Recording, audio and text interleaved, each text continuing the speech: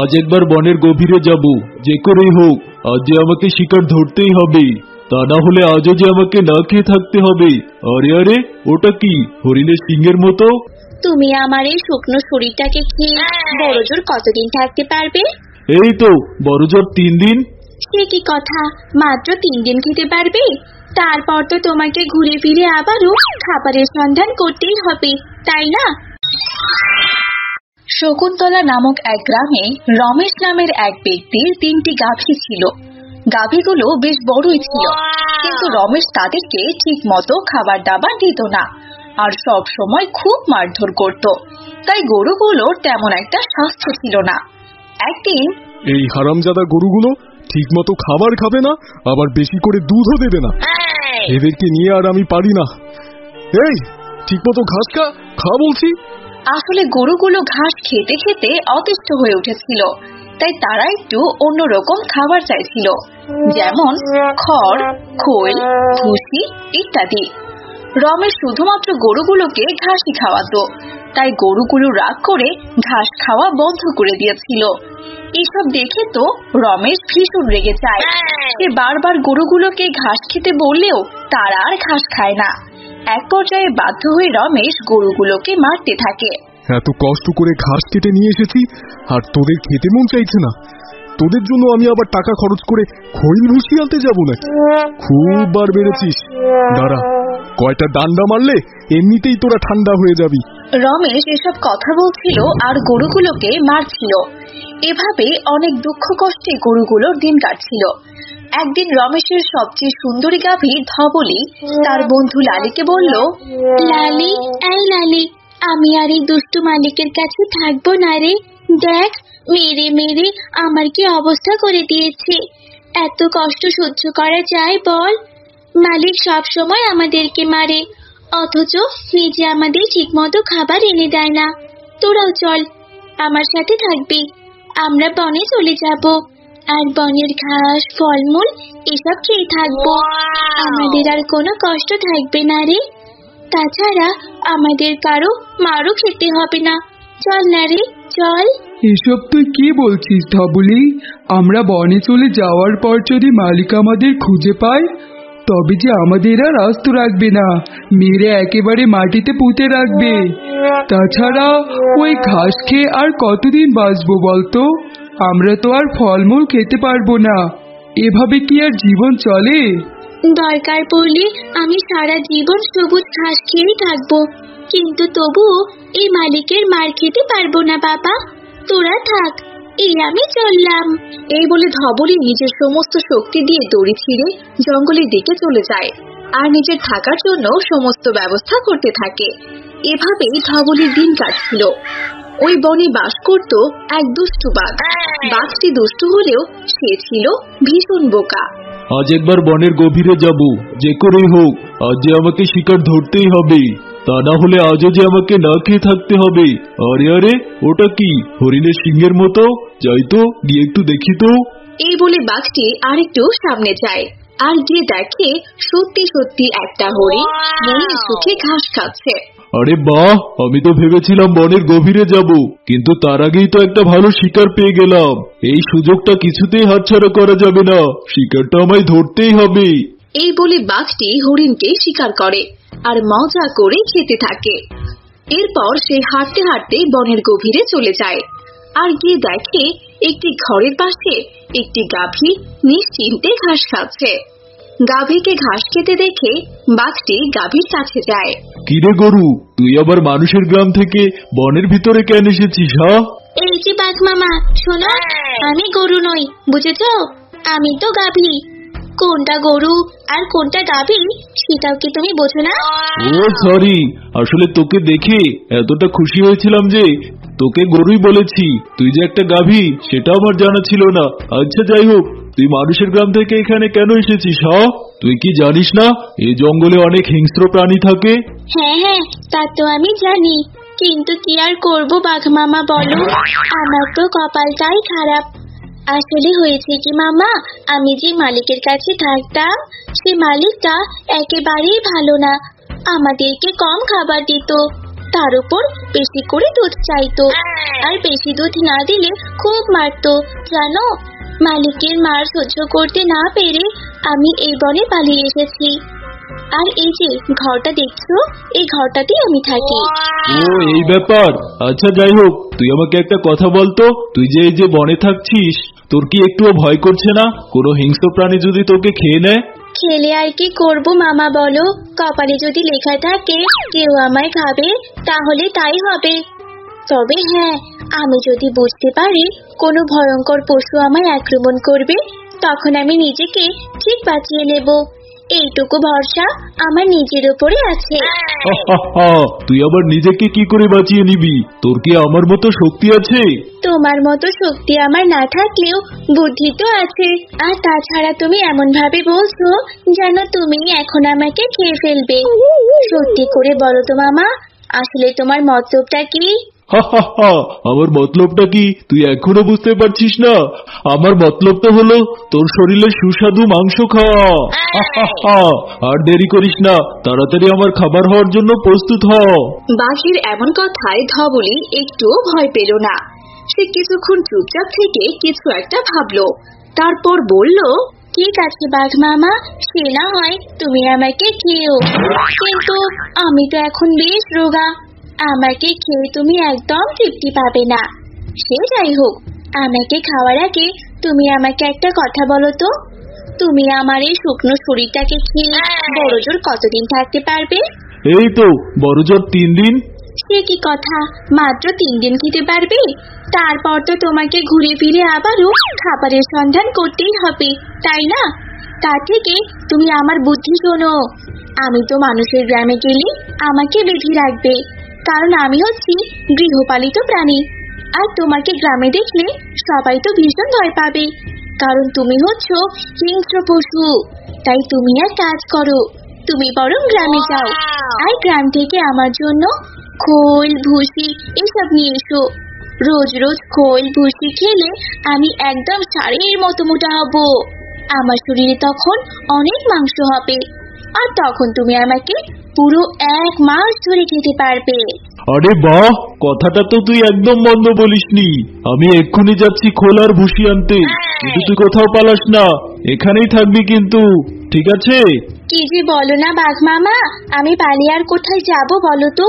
যেখানেই যাব সেখানেই তো আমার বিপদ, আর বিপদ থেকে বাঁচার জন্যই তো আমি এখানে একটা ঘর বানিয়েছি। আমি কোথাও গেলে তো আর ঘরটাকে সাথে করে নিয়ে যেতে পারবো না, তাই না? তুমি নিশ্চিন্তে যাও তো। গাভীর কথা শুনে বাঘটি মানুষের গ্রামে যায়। আরে বাঘ এসেছে, পালাও সবাই, বাঘ এসেছে, পালাও। বাঘের ভয়ে গ্রামের মানুষজন যেদিকে পারে ছুটতে থাকে। এইভাবে প্রতিদিন বাঘটি খোল ভুসি এইসব নিয়ে ধবলির কাছে আসতো, আর ধবলিকে খাওয়াতে থাকলো। এদিকে ধবলি বেশ মজা করে বাঘকে দিয়ে খোল ভুসি আনাতো। ধবলি, তোর শরীর এখন বেশ মোটা হয়ে গেছে, তোর মাংস এখন আমি পুরো 1 মাস ধরে খেতে পারবো। তাহলে আর দেরি করি না, তোকে এখনই মেরে ফেলি, কি বলিস? কিন্তু বাঘটি এখনো বোকার মতো ধবলির মাংস খাওয়ার অপেক্ষায় থাকে। ঠিক আছে বাঘ মামা, কিন্তু তার আগে তুমি বরং ভালোভাবে গোসল করে আসো, কারণ তুমি যদি গোসল না করো তাহলে তোমার সারা শরীর থেকে ময়লা দুর্গন্ধ বের হবে। এসবের কারণে তুমি আমার স্বাদের মাংস ঠিক মতো খেতেও পারবে না। তুমি এক্ষুনি জলাশয়ে গিয়ে ভালোভাবে গোসল করে এসো, ততক্ষণে আমি নিজেকে প্রস্তুত করছি, কেমন? বাঘটি ধবলির কথায় রাজি হয়ে জলাশয়ে চলে যায়, কিন্তু ধবলি এবার আর দেরি করলো না। সে দ্রুত সেই স্থান থেকে পালিয়ে গেল। বাঘটি ফিরে এসে দেখলো ধবলি কোথাও নেই। তখন বাঘটি হতাশ হয়ে নিজের কপাল চাপড়াতে লাগলো। এভাবেই ধবলি তার বুদ্ধির জোরে বোকা বাঘের হাত থেকে নিজেকে বাঁচিয়ে নিল। এটি একটি সুন্দর জঙ্গল। এই জঙ্গলে অনেক পশু পাখি বাস করত। পশু পাখিরা বেশ সুখেই তাদের দিন কাটাচ্ছিল। ওই জঙ্গলে এক মা হাঁস বাস করত। মা হাঁস আজ 2 দিন হলো একটি ছানা ফুটিয়েছে। মা হাসি, চল মা, আমার সাথে চল, তোকে আমি আজকে জঙ্গল ঘুরিয়ে দেখাই। না মা না, আমি বাইরে যাব না, আমার ভীষণ ভয় করে, কত বড় বড় পশু পাখি ওরা, হা করে উপরে তাকিয়ে দেখতে হয়। পাগলি মেয়ে আমার, এভাবে ভয় পেলে কি চলবে নাকি? শোন, জঙ্গলে ভালো মন্দ সবাই আছে, তাই নিজেকে বাঁচাতে হলে সবার সাথে লড়াই করে চলতে হবে। চল তো আমার সাথে। না না না, আমি যাবো না। আর কদিন পরে বরং তুমি আমাকে নদীতে নিয়ে যেও। বাড়ি হাঁসদের কাজই হলো নদীতে সাঁতার কাটা, তুই হলি আমার মেয়ে, বাঁচতে হলে তোকে বাঁচার মতো বাঁচতে হবে। মা হাঁস এভাবেই বলে তার মেয়েকে নিয়ে জঙ্গলে হাঁটতে থাকে। এমন সময় তাদের সামনে হরিণী চলে আসে, আর হাঁসছানা হরিণীকে দেখে ভীষণ ভয় পেয়ে যায় আর মায়ের পিছু লুকিয়ে পড়ে। আরে হাঁস দিদি যে, তো তোমার সাথে কে এটা? তোমার মেয়ে নাকি? ও মা, কত সুন্দর তোমার ছানা, দেখে একদম মন ভরে গেল। তো আমাকে দেখে তোমার মেয়ে এইভাবে লুকিয়ে পড়েছে কেন শুনি? আসলে তোমাকে আগে কখনো দেখেনি তো, তাই একটু ভয় পেয়েছে। ও নিয়ে ভেবো না তুমি। মা হাঁস হরিণের সাথে কথা বলে সামনের দিকে এগিয়ে যেতে থাকে। মা, ও মা, তোমার সাথে ওভাবে কথা বললো কে গো? ও বাবা, কে লম্বা লম্বা দুটো গাছ মাথায়? আমার তো ভীষণ ভয় করছে, যদি আমাকে গুঁতো মেরে ফেলে দিত। ওগুলো গাছ নয় রে মা, ওগুলো হলো শিং। আর শোন, তোর হরিণী মাসি অনেক ভালো বুঝেছিস, তোর কোনো ক্ষতি করবে না। মা হাঁস এভাবেই মেয়েকে বোঝাতে থাকে আর সামনের দিকে এগিয়ে যেতে থাকে। এভাবেই মা হাঁস প্রায় পুরো জঙ্গল মেয়েকে চিনিয়ে দেয়। এরপর মামে মিলে নদীতে যায় সাঁতার কাটতে। কি হলো, চুপটি করে দাঁড়িয়ে আছিস কেন? আয় আয়, আমি তোকে সাঁতার কাটা শিখিয়ে দিচ্ছি, নেমে পড় তো। না আমার ভয় করছে, আমি যেতে চাই না, আমি তো সাঁতার পারি না। পাগলি মেয়ে আমার, কিছু হবে না, আমি আছি তো, আমি ঠিক তোকে শিখিয়ে দিব। হাঁসের ছানাটি সাঁতার কাটার জন্য চেষ্টা করতে থাকে, কিন্তু ছানাটি বারবার পানিতে ডুবে যাচ্ছিল। এরপর মা হাঁস ছানাটিকে সাঁতার শিখিয়ে নেয়। এভাবে দিন কাটতে থাকে। মা হাঁস দিন দিন ছানাটিকে সাহসী করে তুলতে থাকে। একদিন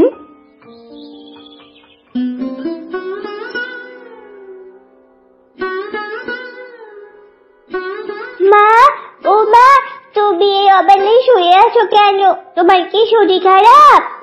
আরে বা, আমার শরীরটা ভীষণ খারাপ। আমার মনে হয় আমার চলে যাওয়ার সময় হয়ে এসেছে। শোন মা, শোন, আমি না থাকলে একদম ভয় পাবি না।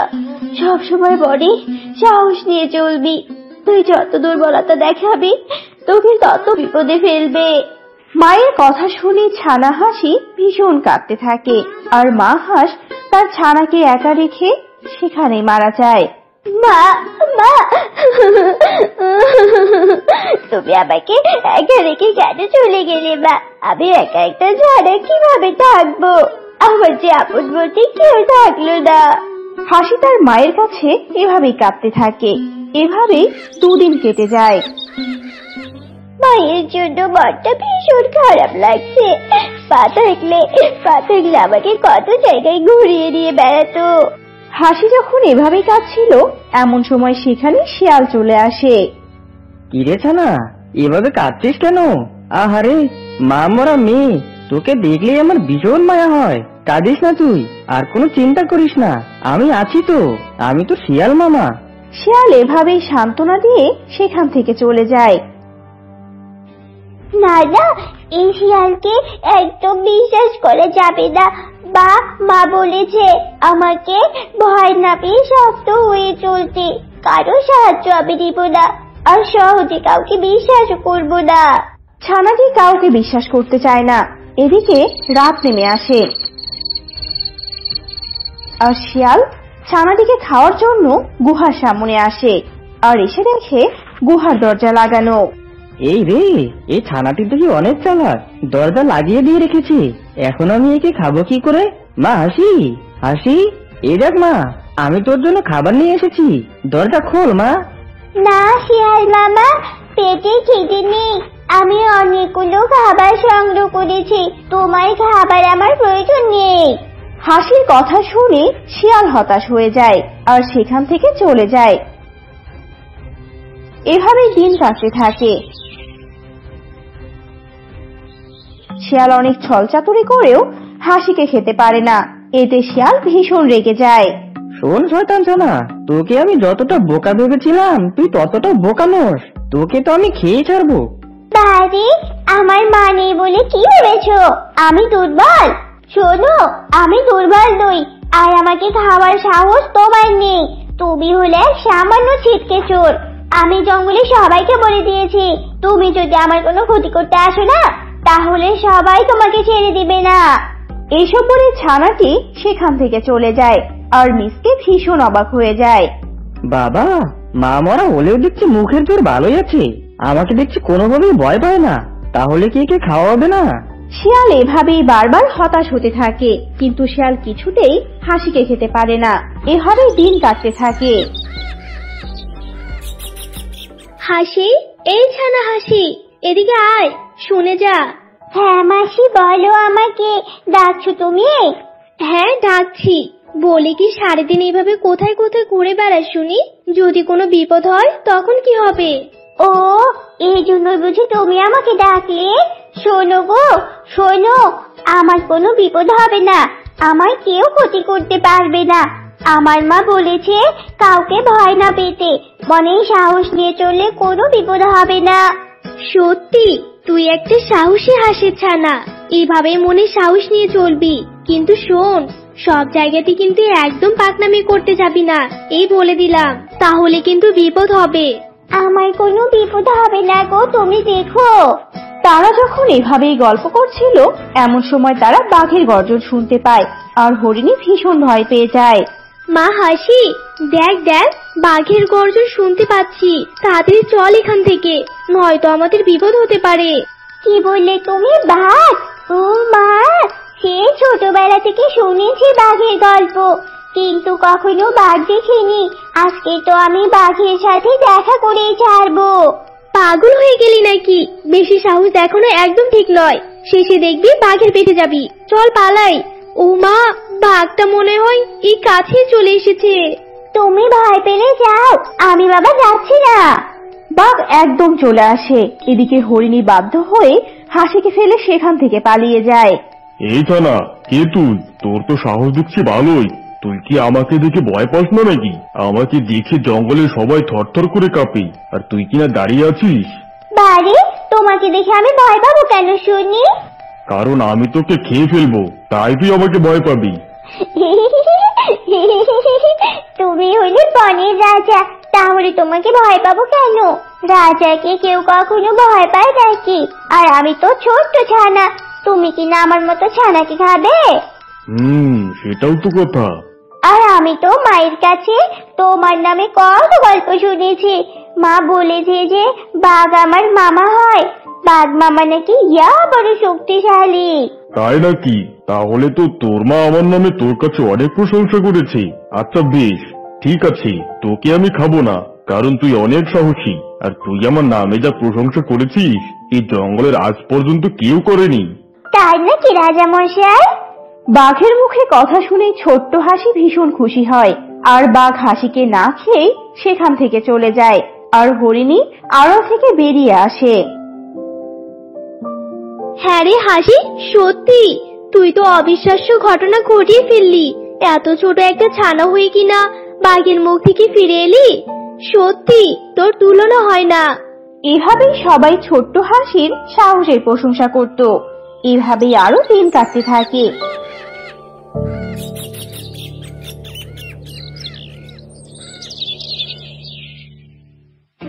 একদিন এক দুষ্ট চিলের নজর পড়ে ছোট্ট হাসির দিকে। না না, কি সুন্দর একটা ছানা, এই ছানাকে তো আমি ডিনারে খাবোই খাবো।